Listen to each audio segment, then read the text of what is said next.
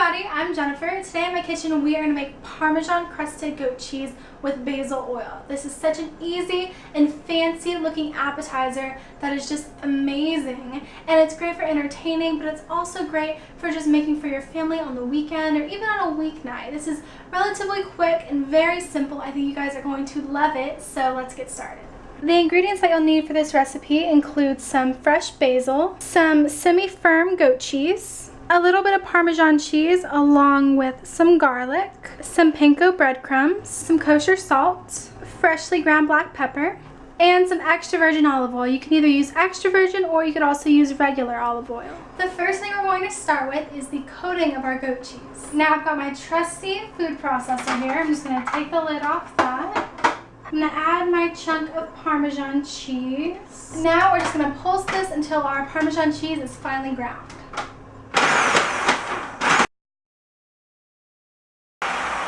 Perfect.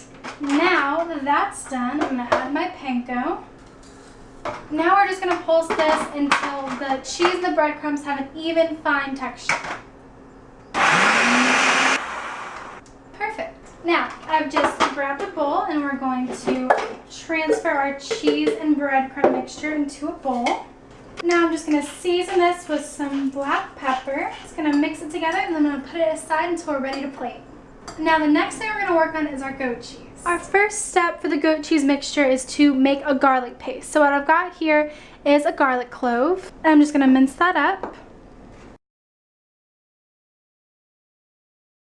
Now I'm going to sprinkle some kosher salt over the garlic. And at this point you could either use a chef's knife or fork. And we're just going to mash this together until it becomes a paste. Once our garlic has turned into a paste, we are ready to proceed. I've got my goat cheese here. I just put it in a bigger bowl and I let it soften a little bit because that makes it easier to incorporate the other ingredients. Just going to add my garlic. I'm going to season with some freshly cracked black pepper along with a pinch of kosher salt. Now I'm just going to mix this together until it's totally combined. Now I've got a small ramekin here and I'm just going to line it with some plastic. Now I'm going to spoon in my goat cheese.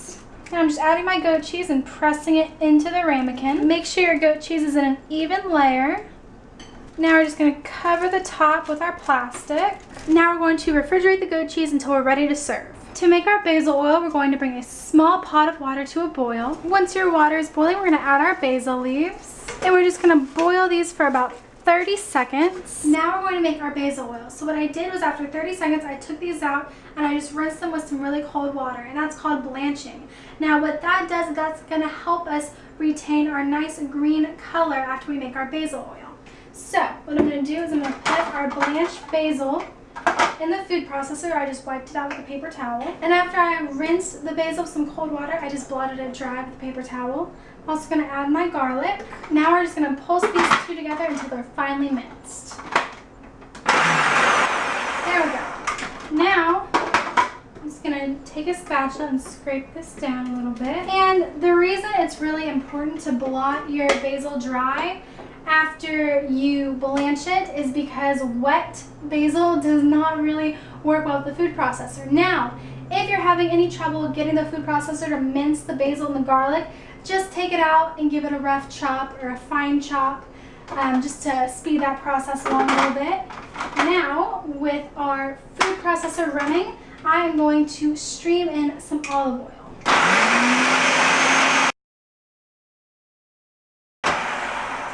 Perfect. Now what I'm going to do is I'm going to process this until it's really well blended and until the oil has sort of a greenish hue. Perfect. Now I'm just going to pour our oil through and we're just going to strain it. And you'll be left with a nice green tinted basil oil. Now it's time to take my goat cheese out of the plastic wrap. And what I've also got here is my Parmesan and Panko mixture. I'm going to unload my goat cheese, and we're left with a nice top like this, and we're just going to go around and dip our goat cheese into the mixture. And you can also cover the top, which will be the bottom, when we put it on a plate as well. Now it's time to plate everything. Now to finish, I've got a large plate. I'm just going to pour some of my basil oil on there. Nice, beautiful flecks of basil. Now I'm going to plate my goat cheese. And then I'm going to garnish with just a little bit of basil. Now it is time to eat. I am so excited. It feels like it's been forever, even though it's only been like 20 minutes. What I did here was I got some French bread that was in the freezer. I sliced it and then I toasted it just in a 350-degree oven until it was nice and crisp. Now, there's a video on how to make the French bread. A couple videos back if you want to learn how to make that. We're all ready. Look how pretty that is. Now, dip it in the basil oil. Smear it onto our baguette. Maybe a little bit more basil oil. It's tangy, it's creamy. This is so perfect. You could also add maybe some chopped sun-dried tomatoes and that would also be really great. You can taste a little bit of that garlic. It's in the oil and it's in the goat cheese. And it's actually a fairly quick appetizer. There's not a lot of prepping involved. There's not a lot of work. And it is just fantastic. Now, all of the recipe quantities, substitutions, instructions, all that stuff is on my website, injenskitchen.com. There's a link below. Thank you guys for spending time with me and have a great day.